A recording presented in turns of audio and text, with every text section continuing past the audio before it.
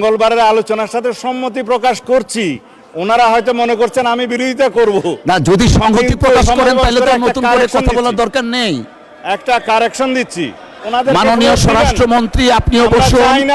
আমার decision already has been প্রনাউন্সড। আপনাকে তো কারেকশন করে দিতে হবে। মাননীয় স্বরাষ্ট্রমন্ত্রী, my decision already has been প্রনাউন্সড। এই বিষয়ের উপরে আর কোনো কথা চলে না। ধন্যবাদ।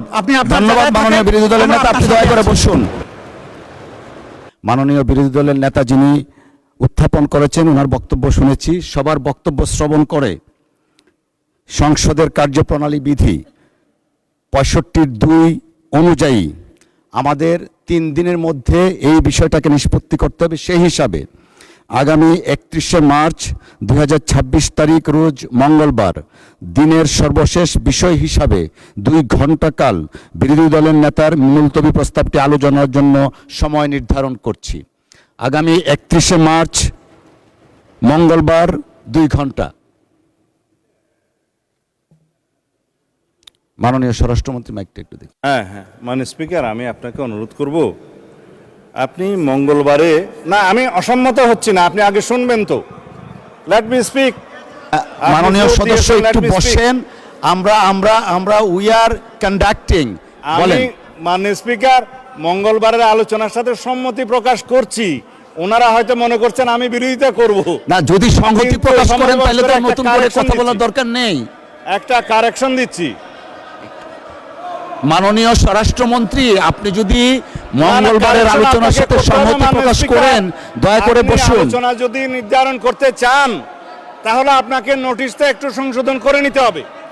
এটাই আমার বক্তব্য। মাননীয় স্বরাষ্ট্রমন্ত্রী, স্পিকার, আপনি এই বিধিতে মাননীয় সদস্য আপনারা বসুন।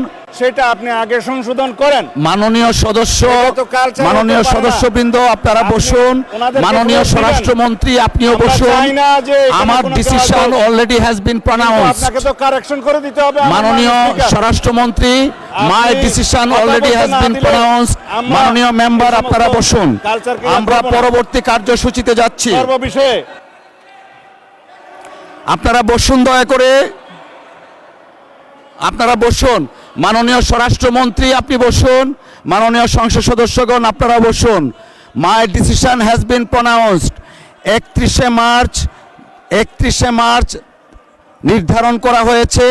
সর্বশেষ আলোচনার জন্য 2 ঘন্টা সময় থাকবে। ধন্যবাদ আপনাদেরকে, ধন্যবাদ।